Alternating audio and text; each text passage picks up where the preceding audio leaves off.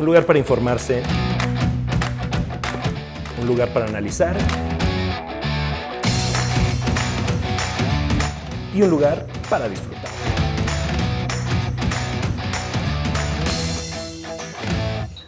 Bienvenidas y bienvenidos a nuestra primera conversación. Vamos a hablar de un tema que necesita un trago para pasar: la nueva ultraderecha latinoamericana y la fragilidad de la democracia. Nuestro continente está viendo una ola de transformaciones políticas y culturales que necesitamos discutir. Soy Andrés Pascoe y esto es Open Bar.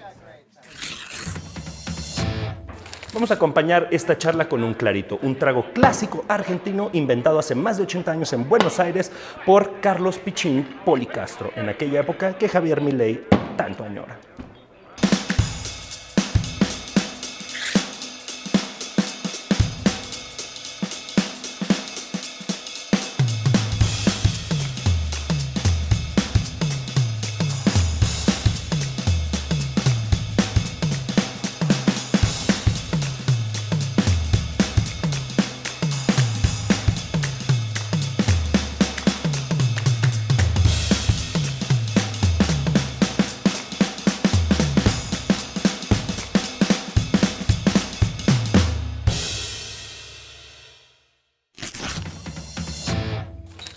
Tenemos el gusto de tener la compañía de Azucena Chaidez, especialista en opinión pública. Azucena es socia directora de Simo Consulting y ha liderado múltiples estudios de opinión política, económica y social. Muchísimas gracias por estar aquí. También nos acompaña Miriam Castillo, destacada periodista y directora editorial del portal México 5.0. Muchas gracias, Miriam. Salud. Salud. Vamos directo al grano. El asunto es este. Hubo un auge de la izquierda sudamericana a principios del siglo pasado. Había un ala moderada con Lula en Brasil, Mujica en Uruguay y Bachelet en Chile, pero otra más radicalizada con Chávez en Venezuela, Evo en Bolivia, Correa en Ecuador, entre otros. Ahora estamos viendo este giro a la derecha en varios países de América Latina. Chile, Uruguay y Argentina tuvieron gobiernos de derecha, pero emerge otro tipo de derecha, la que me gusta llamar desacomplejada. El Bolsonaro, Bukele, Milei. ¿Qué está pasando? Es una excelente pregunta. Estamos viendo eso en América Latina, pero lo vemos también en el resto del mundo. Observemos lo que pasa en Estados Unidos, observemos lo que está pasando también en Europa. No podemos pensar que esto es un fenómeno exclusivamente latinoamericano. Me parece que hay una serie de demandas que quizás la izquierda, aunque las tiene en el discurso, no logra atender.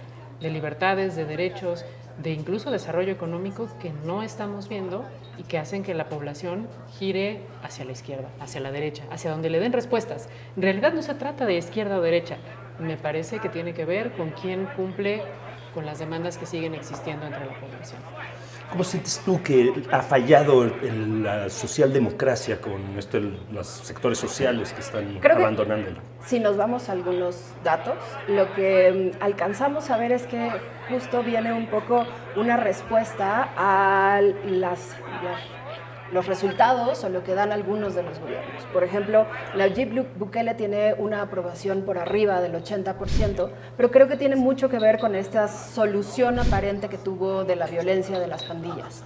Entonces, mientras sostenga esto, me parece que la popularidad que pueda tener dentro de su población es muy marcada. En el caso de Milei, por ejemplo, hay una diferencia, porque Milei llegó con una propuesta muy marcada de situación de resolver ciertas economías, ciertos problemas económicos, y su aprobación está por abajo del 40%, sí, del 40-50%. Entonces, 39, está en 39. Entonces, me parece que esas diferencias tienen que ver con que la población se siente atendida y mentida o no.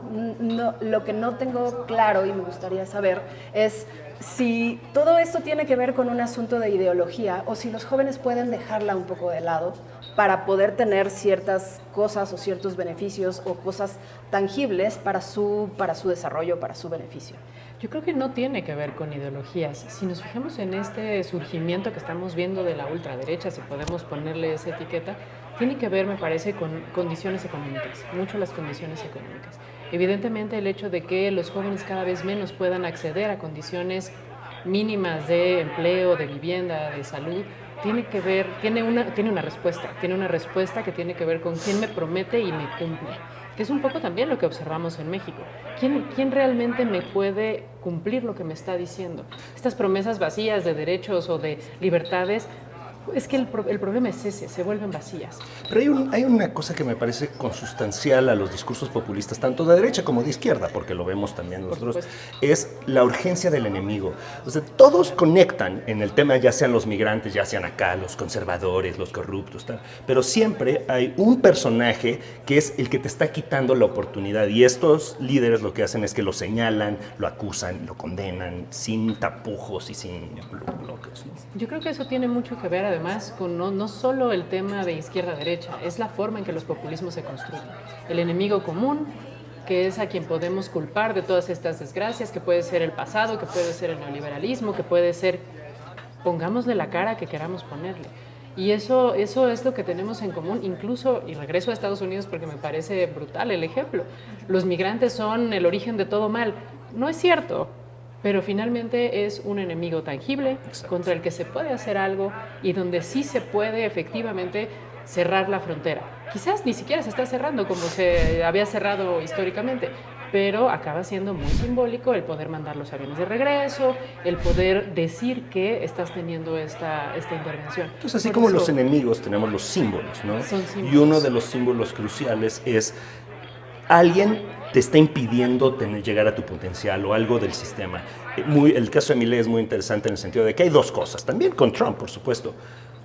La identidad, la cuestión de género, la cuestión de las libertades sexuales, todo eso es un enemigo brutal a combatir, ¿no? O sea, tanto Trump como Milei la han usado como estamos jodidos porque le estamos dando demasiados derechos a las minorías. Tal. Quizás es una falla de la centroizquierda latinoamericana de que se concentró mucho en eso, dejando de lado las necesidades de los trabajadores. Quizás sí, me parece que además es un tema en donde estamos dejando de lado estas necesidades de los trabajadores, pero no estamos viendo, sí a las mujeres, pero estas poblaciones rurales, estas zonas marginadas, en donde en realidad esos beneficios nunca llegaron. Esta ideología, si queremos, a mí me choca decir la ideología, pero esta perspectiva de género tenía o tiene por objetivo el generar derechos iguales, hombres y mujeres. Pero si esos no llegan tampoco a estas zonas rurales, a estas zonas que han sido marginadas del desarrollo en general, ahí es donde tienes esta erosión democrática, digamos, ¿no? Donde es, pues yo voy con quien sí me cumple, con quien sí me da algo de regreso. Ahora, una pregunta, digamos, en toda esta construcción de derechos y de peleas y de cierto terreno ganado respecto a los derechos de las minorías, una paridad de género, etcétera, ¿en dónde queda no sé si estoy usando los términos correctos, una normalización de los derechos? ¿Qué tanto hay una juventud que ya está acostumbrada a que eso esté de saque en casi todos los gobiernos, ¿no? Que hablemos acerca de ciertos derechos y que haya algunos que digan, creo que puedo renunciar a mi libertad de tránsito si eso me garantiza una seguridad. Hay algunos estudios y a lo largo del tiempo viene como muy equiparado al desarrollo económico si ellos sienten que tienen segura una casa, algo de su futuro y la posibilidad de crecer laboralmente, pueden renunciar a ciertos derechos. Pero no sé si acaban de aquilatar qué significan todos esos derechos. Creo que es una gran forma de presentarlo. Finalmente, una cosa que sí observamos es que de repente hay esta normalización en donde creemos que los derechos ya son ganados y ya están ahí y no se van a mover.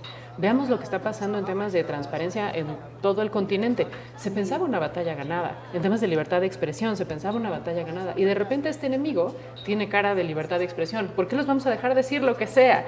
Y entonces el problema es que sí hay una amenaza a la estabilidad de esta población que está yéndose hacia la extrema derecha. ¿Qué amenaza? Económica y seguramente de seguridad física. Y ahí es donde ve el éxito de Bukele. El éxito no está en el control o en garantizar derechos, está en que al menos quien sí sale por la calle sabe que ya puede caminar tranquilo.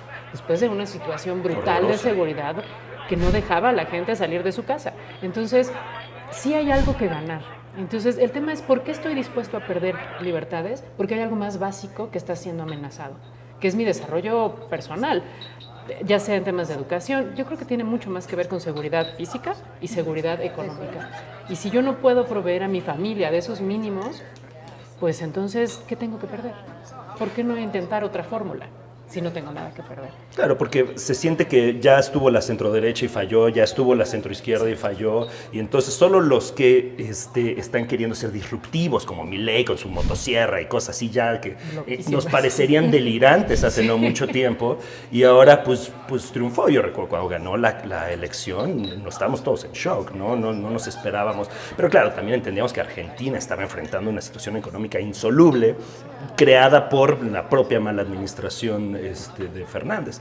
Sin embargo, sí hay un tema en el concepto ideológico que me preocupa, que es, se empieza a ver una brecha de división entre los hombres jóvenes y las mujeres jóvenes. Ustedes han observado eso, ¿no? Sí, sí. ¿Cómo se lo explican o cómo lo ven? Pues creo que tiene que ver con esta falta de un piso mínimo. Esto que decías, si no hay un piso mínimo que me garantice nada, ¿por qué voy a defender? ¿Qué voy a defender?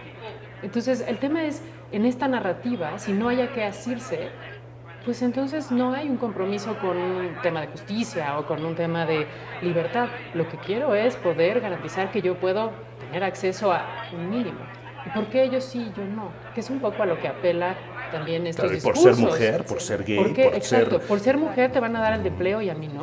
Y yo también estudié y yo también tengo derechos. Por eso acaban siendo tan exitosos estos discursos.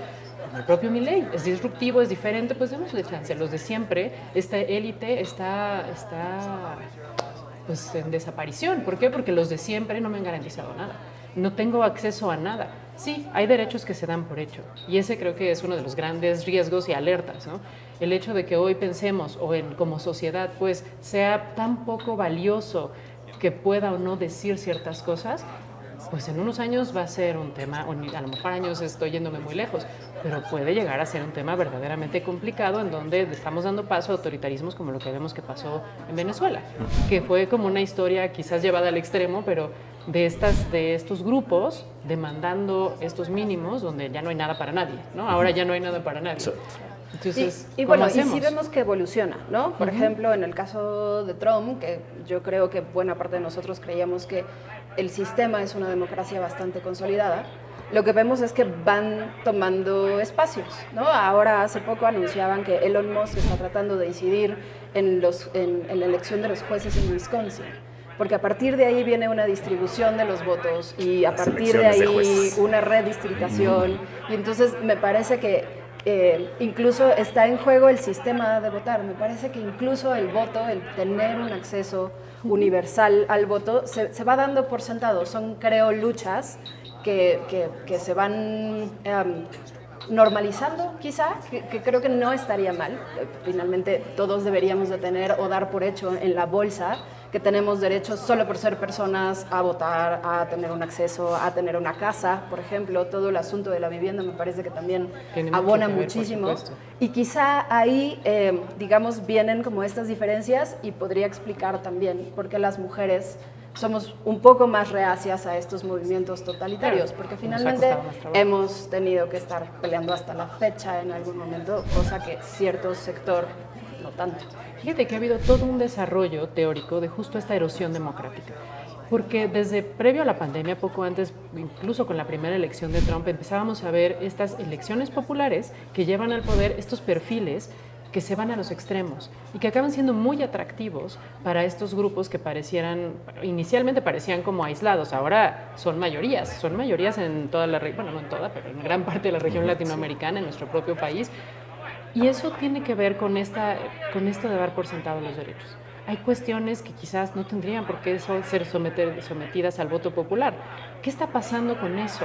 Tiene que ver con estas demandas, porque al final del día, si estos movimientos o si estos posicionamientos ganan espacio, es porque hay quien los apoya. Y no son una ni dos personas. Estamos viendo cantidades importantes de votantes que salen y dicen, esta es la opción que quiero, porque las opciones que parecían que protegían derechos y libertades se olvidaron de ciertos grupos que quedaron al margen.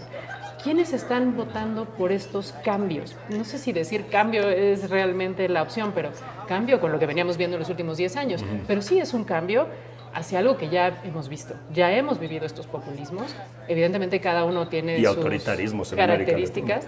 Pero ¿por qué nos vamos hacia allá? Porque algo me garantiza que no me está dando lo que veo hoy en día. Esta normalización de la violencia que vivimos en toda América Latina y que se exacerbó incluso en la pandemia, ¿qué tiene como resultado? Pues gente que no tiene trabajo, que una opción se vuelven todos estos grupos criminales, en donde ¿cómo hago para proteger a mi familia?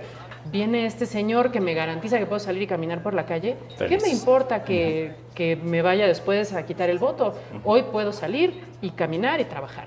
Esto es interesante porque me parece como un gran fracaso generacional que no logramos construir instituciones democráticas resistentes, ¿no? Finalmente la democracia le está dando a todas las mayorías calificadas la capacidad de minar todos sus propios procesos, todas sus garantías. Los órganos autónomos que la izquierda misma estuvo construyendo aquí en México, pero también en otros países, que se hacía en conjunto entre la centro derecha y centro izquierda, empujándose lentamente hacia estas pequeñas modificaciones que de pronto decíamos, ya le podemos exigir al gobierno cuentas sobre la información, ya le podemos exigir. En todos los gobiernos autoritarios, Bukele en particular, las están desmantelando, ¿no? Trump, Milei, las desapareció medio gobierno para ahorrar y claro, el problema es que pues, le está quitando la lana, le está quitando el dinero a los pensionados. Claro, pero eso no es la noticia. Y si lo es, ¿cuánta gente está realmente enterándose a través de las noticias? A mí un dato que me parece brutal siempre que hacemos cualquier tipo de investigación de opinión pública es que la gente no lee los periódicos, no se entera de las noticias, se enteran, sí, de cosas que pueden ser absolutamente imposibles de dejar de ver, pero en realidad, gente informada. ¿Cuánta gente, qué porcentaje de gente realmente acaba estando informada de lo que está pasando en sus países? Acaba siendo muy poca. Veamos el Latinobarómetro. ¿La gente está contenta con sus democracias? Sí. ¿Están de acuerdo con su situación económica? Me sorprendió muchísimo ver recientemente, ahora en la edición de 2024, la gente está más tranquila y más confiada del desarrollo económico que va a tener con estos gobiernos. Es bárbaro. Exacto. Esa cara ahí, cuando leía el dato, decía, ok, este entusiasmo por la economía es una cosa que yo atribuyo a esta confianza en, bueno, pues si hay alguien que viene diferente, algo tendrá que ser distinto. Y hay, digamos, datos que lo respalden. ¿Ustedes ven una transformación en la economía? ¿Ustedes ven ciertos datos que lo alimenten? ¿O es esta ganas de tener fe y esperanza de la humanidad que siempre esperas que lo que viene sea mejor que lo que tienes? En opinión pública, percepciones son realidades. Y muchos de los políticos que estamos viendo se basan en esa premisa básica. ¿Cómo genero esta idea de que vamos mejor? Y el enemigo común es una gran forma de hacerlo. Es estupendo. El control de la narrativa, que eso es lo que, por ejemplo, han ido perdiendo muchos de estos gobiernos de izquierda, ¿no? Porque Bachelet, cuando llegó a Chile, tenía un gran... O sea, primer mujer, aparte de izquierda, hija de desaparecidos, tenía la narrativa perfecta. Pero claro, llegó en su alianza con la democracia cristiana y no pudo hacer nada. Entonces hubo una enorme frustración. ¿Qué hizo Chile? Se fue a la derecha con Piñera. Después se frustraron y se fueron de nuevo con Bachelet y después volvieron con Piñera. Ese delirio, por supuesto que te está construyendo, porque lo que se está viendo ahora en Chile es la creación de una nueva ultraderecha pinochetista radicalizada, o sea, mucho más, por eso digo, desacomplejada en decir los derechos humanos valen madre y el golpe de Estado salvó a Chile, etcétera, etcétera. Esa discursía es muy peligrosa porque empieza a justificarlo todo. Exacto. Ve lo que pasa con Estados Unidos, justifica absolutamente todo. Es que ahora vamos a apoyar a Rusia porque son los que quieren detener la guerra. Es brutal. O sea, ¿eso qué precedentes sienta hacia adelante? Creo que ese es el problema en temas de derechos humanos, de libertades. ¿Qué precedentes sentamos? ¿Y qué va a pasar en 1, 2, 5 años que esto se vuelva normal? ¿Vamos a perder nuestro derecho a expresarnos en contra de un gobierno porque no estamos de acuerdo? Me parece que son libertades que tenemos que proteger. Y creo que sí, tenemos que sí o sí, quienes seguimos pensando que las libertades y derechos deben ser protegidos, que son importantes, sí, nos importan. Buscar otra forma de defenderlos, porque al final esta narrativa no dio resultados. Esta narrativa de proteger al individuo no ha dado los resultados que les permita ganar en las urnas. Así de sencillo, y ese es el principio básico de la democracia. Y justo un poco hacia allá iba una pregunta. ¿Cuáles podrían ser los mecanismos de la democracia para defenderse a sí misma? Para respetar esta voluntad de las mayorías, sin un asunto de construcción en redes sociales, viendo resultados tangibles y no el que debería o el discurso, ¿no? Esto que pasa con Trump, con Milei, que pasó el sexenio pasado, quizá un poco una cooptación de la narrativa. Y la democracia, digamos, eso es la elección que hay, pero después vienen algunas acciones que van minándola.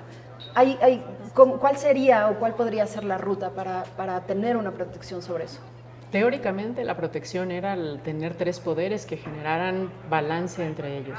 Sin embargo, si tienes un gran poder que empieza a cooptarlo todo, empezamos a perder también esos checks and balances de los que habla mucho la democracia norteamericana, sobre todo. Pero además el tema es que esta protección de las minorías era un principio básico de la democracia. Es decir, el hecho de tener un Congreso, por eso tienes diputados, por eso tienes senadores. Bueno, y ese discurso cambió. De lo que estamos viendo aquí en México este es el mandato de la mayoría, las minorías, chao, va y consíganse los votos, ¿no? Pero a mí me preocupa, y ya como para ir cerrando, porque el bar ya va a cerrar por esta noche, ¿qué hacemos? ¿Qué podemos hacer? O sea, ¿cómo protegemos nuestras débiles instituciones? ¿Hay algún camino? Híjole, esa es la pregunta de verdad, exacto, por eso te la hago a ti, porque yo no sé. Pues creo que justo estamos en un momento de reinventarnos. O sea, las instituciones se tienen que reinventar, porque claramente así como existen, pues no son taquilleras, si podemos llamarle así. Claramente el hecho de que desaparezcan institutos que protegen la libertad de expresión o la transparencia misma nos habla de que tenemos que reinventarlas. ¿Cómo? Pues yo pensaría que hay que de alguna forma subirse a esta narrativa que es tan popular. Porque al final del día esas mayorías hoy en algún momento fueron minorías y en algún momento también estuvieron sujetos a lo que pasaba con el resto de las élites. ¿Cómo podemos un poquito regresar o acelerar? No sé, o acelerar, quizás esta es la forma. Porque no podemos solo regresar al discurso que había. No funciona. Eso no funciona. Pero ¿cómo reinventamos estas instituciones? Me parece que estamos en el principio de un cambio inevitable. Podemos o no subirnos a la rueda. Podemos seguir peleando con que hay que elegir jueces y decir yo no estoy de acuerdo, o podemos decir pues ya está aquí, ¿cómo hago para subir jueces que respeten las leyes, que sepan lo que van a hacer? Entonces, por eso creo que el camino ahorita es reinventarse y ver por dónde podemos cambiar un poco pues el rumbo que parece que estamos tomando en varios lugares de la región latinoamericana. Pues reinventarse como el Clarito. Reinventarse. Muy o pues rico, inventar algo que medio ya existía y ponerle más otro nombre. Pero bueno. Estamos por cerrar, compañeras, así es que quiero agradecerle muchísimo su claridad, su visión, sus ideas. Nos dejan mucho que pensar y mucho que aprender. Lo que quiero decirles es una cosa final. Necesitamos una anécdota. Cuéntanos algo horroroso que hayas escuchado alguna vez en un bar, que es donde se escuchan las cosas más horrorosas. Híjole, fíjate, alguna vez me tocó conversando con alguien, altos niveles de estudio, muy preparado, y esta persona decía, bueno, pues yo vivo en la ciudad, yo soy un ciudadano, pero mi mamá vive en el campo, ella no es ciudadana. Entonces, ¿qué es esto de la democracia? Eso nos da una idea de cómo hay una disociación brutal, me parece Y es su terrible. mamá, por favor. Bueno. Imagínate, es tremendo. ¿Quién entonces tiene derecho a votar, a no votar, a ejercer opinar. derechos y libertades? Claro. Es brutal. Brutal. Bueno, muchísimas gracias. Salud una última vez. No dejen de sumarse a México 5.0. Esto es Open Bar. Salud y hasta pronto.